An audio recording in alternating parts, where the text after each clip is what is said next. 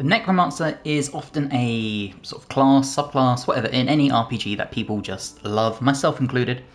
But patch 8 makes the Necromancer even better. So this is the ultimate Necromancer build you need for Baldur's Gate 3 with the final patch 8. Let's begin, and we start with Cleric level 1. Now this allows us to take the Death Domain.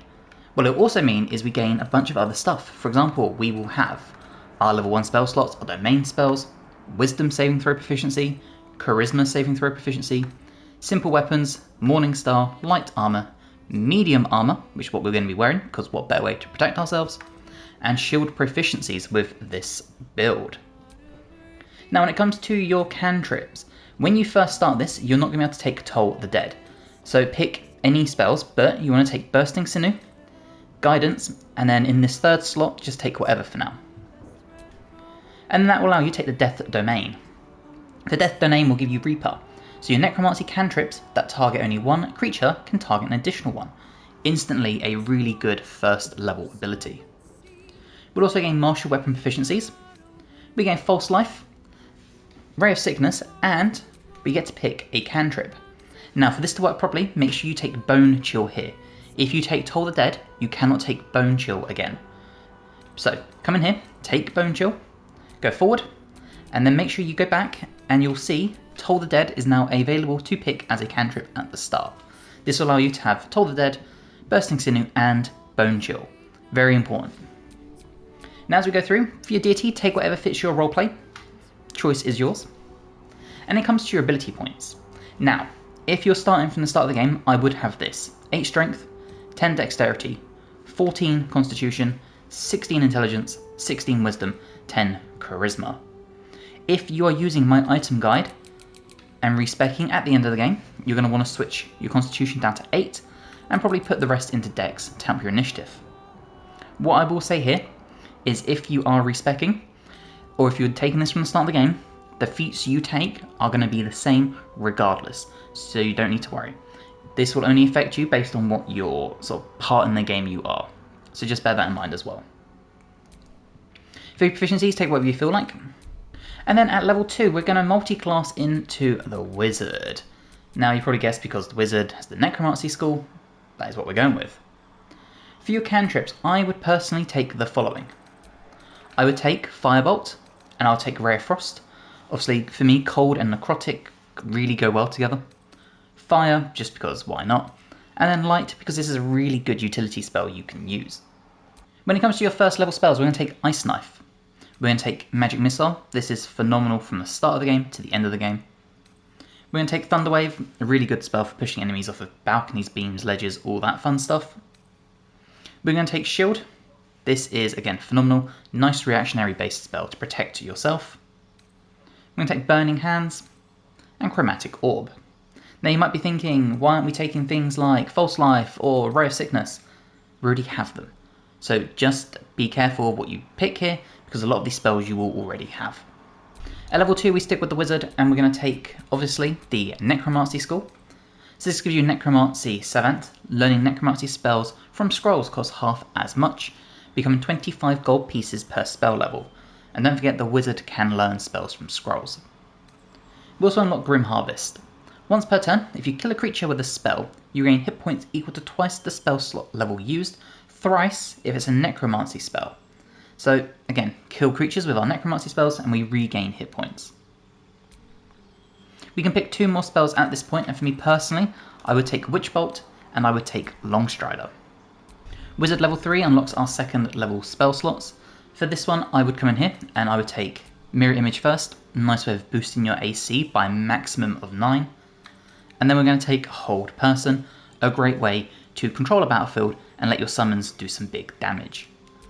Wizard level 4 gives us our first feat. We also gain another cantrip, so for this one I would take Acid Splash. And we get to pick 2 more spells, and I personally like Melf's Acid Arrow. I think acid damage just ties in with the Necromancer really well. And Scorching Ray, because Scorching Ray can be very, very good. And then for your feat, the first one we're going to take is we're going to boost our intelligence to 18. We want to boost our spellcasting as much as possible. Wizard level 5 unlocks our 3rd level spell slots. For this, there are 2 very obvious answers. The Glyph of Warding is phenomenal. One of my favourite spells in the game. I talk about this on most builds because I always take it. Usually, place it on the ground, enemy walks into it, it will trigger. In this, you can place it on top of a bunch of enemies, and then it will trigger at the end of your turn like a bomb. It's amazing. And we're going to take Counterspell because what spellcaster isn't complete without Counterspell to control the battlefield? And then Wizard level 6, we get our Undead Thralls, an additional Undead. So when you animate dead, you can raise an additional corpse. And Better Summons. They have additional hit points equal to your Wizard level, and your proficiency bonuses added to their damage. We also get Animate Dead as a spell. Now for the spells at this point, I would choose Lightning Bolt and I would choose Fireball, so we've got two big damage dealing spells. At level 8 we jump back to the Cleric for level 2. This will give you Turn Undead, so you can pray to turn all undead that you can see. We also gain Channel Divinity Touch of Death. When you hit a creature with a melee attack, you can use your Channel Divinity to deal extra necrotic damage.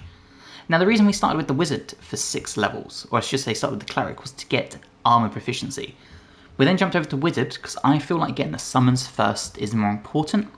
And then when we go to the end with the Cleric, we'll actually unlock the ability to ignore resistance to necrotic. You could do vice versa, you could do all your Cleric and then jump to Wizard, but I do think getting the summons first is the most important part. When it comes to your spellbook, we're going to take Shield of Faith to increase our AC by 2 for concentration. Guiding Bolt, Healing Word, so we have a healing spell.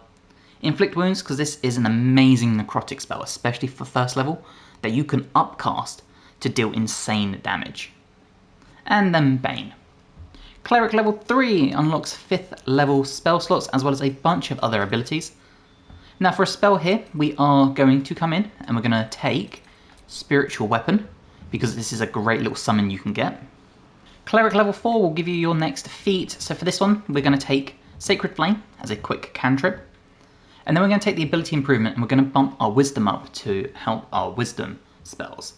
If you wanted to, my other suggestion would either be something like Dual Wielder, so you can take 2 staffs, or you could take like a sword and a staff, or I would take Resilient Constitution.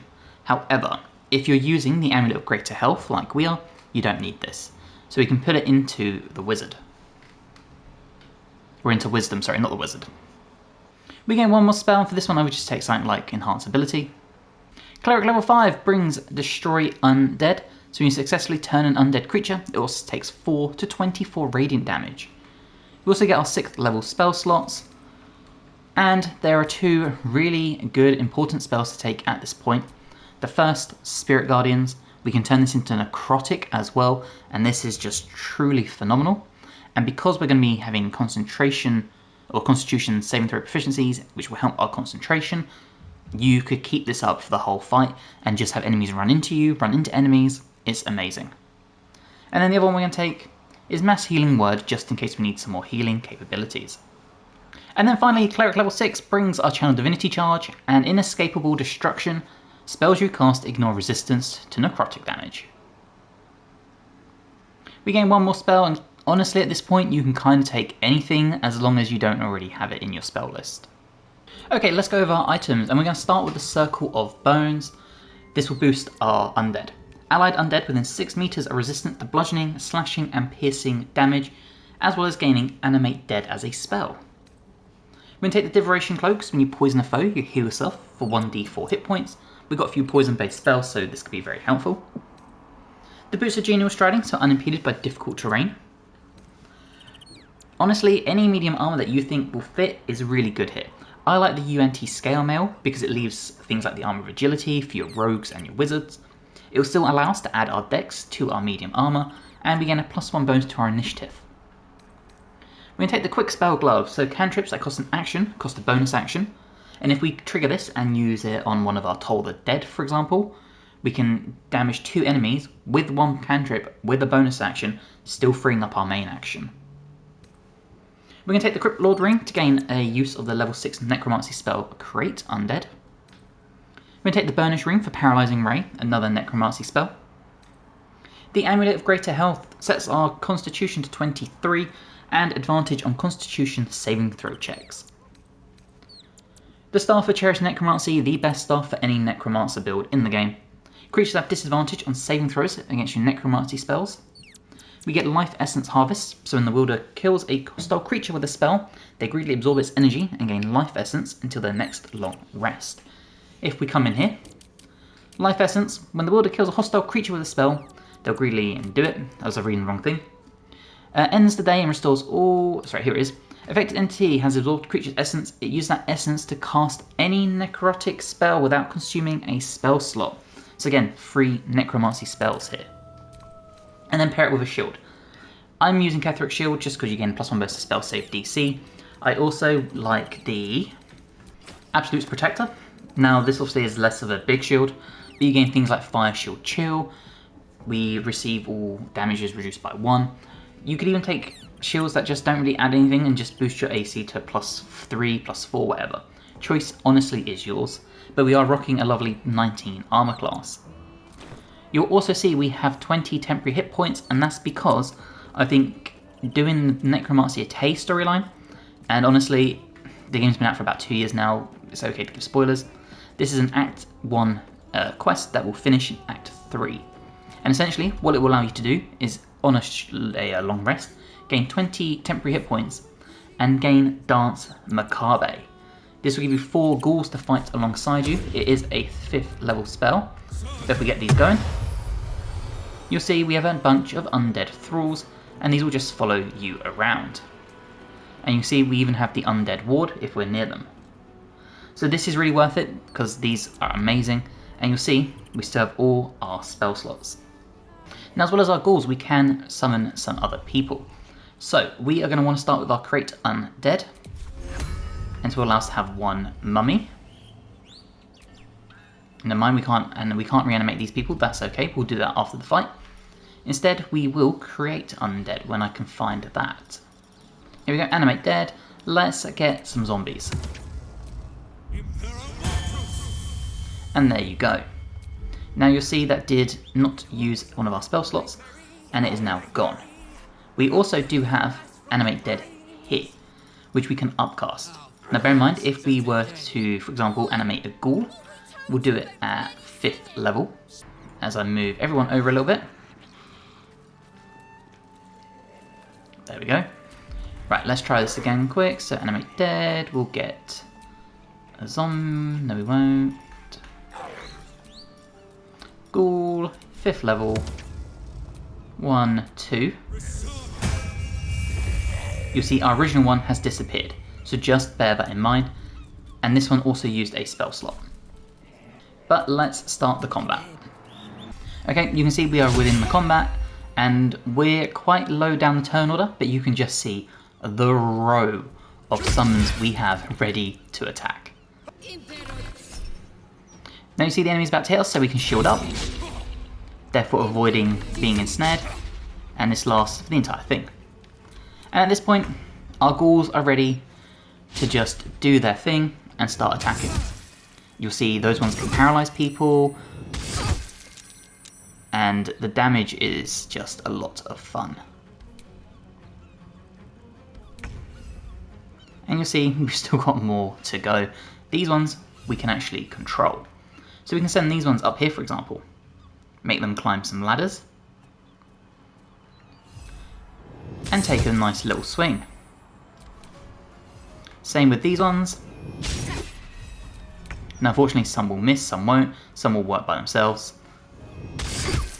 But you can see the damage is just immense.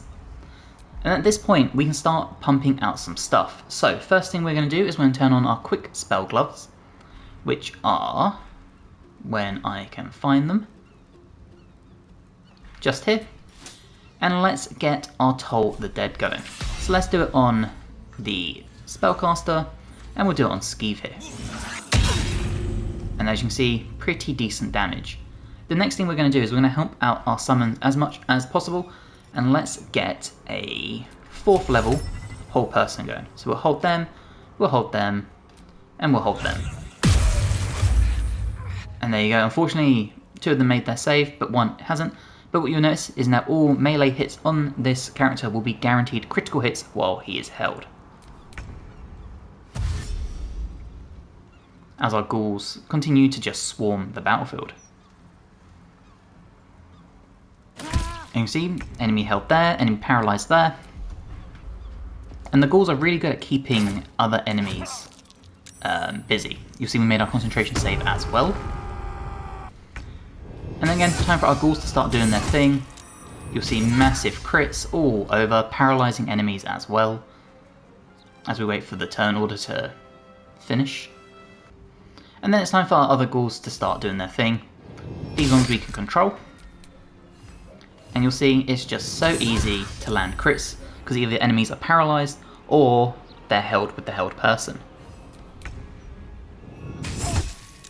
As you can see here, as long as they don't make their save, they will succumb to being paralysed.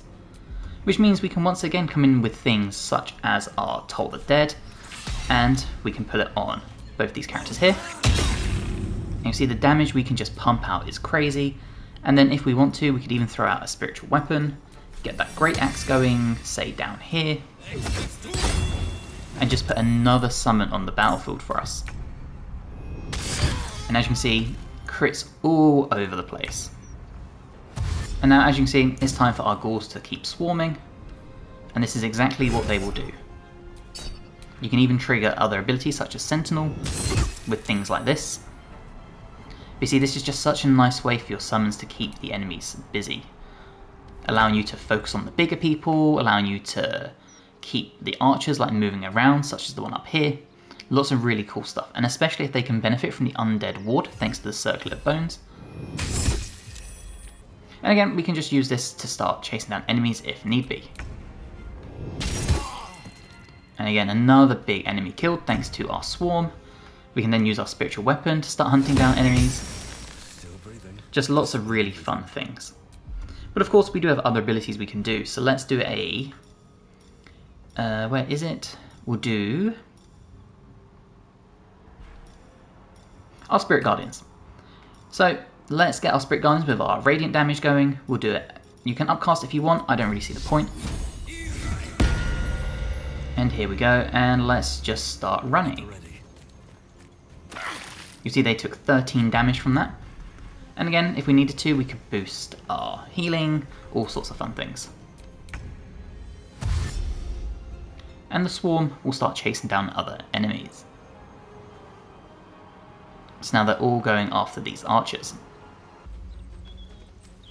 And once again, enemies just running away. Really nice way of just keeping people busy. And then it's time to unleash the horde again. And you're going to see they are just going to crank out the damage, get that paralysis, get the critical hits. And then, as you can see here, continue chasing everyone down, just landing crit after crit after crit. And we can send our summons up here as they climb the awkward way to keep dealing this damage. And of course, the rest we can control, we can send up here. So Dense Macabre and doing the Bukate is so worth it because it really does make the Necromancer so much better. Because you get these 4 or 5 summons that will just continuously hunt everyone down. As you can see, we can continue sending other summons up here.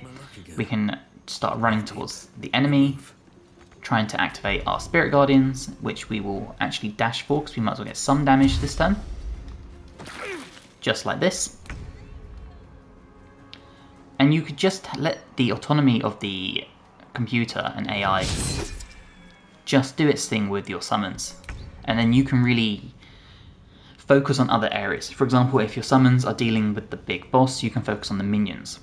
Like, it's just extra bodies allowing you to really focus less on the battlefield and narrow down your game plan more. And here we go, as you can see, they are starting the hunt for the archer on the rooftop. And the paralysis, which means a critical hit, and that is another one down. And then we got our ones up here, we're just going to end these people's turn because they're quite far away. And there you go. More enemies succumbing to damage. Get our spiritual weapon to attack as well.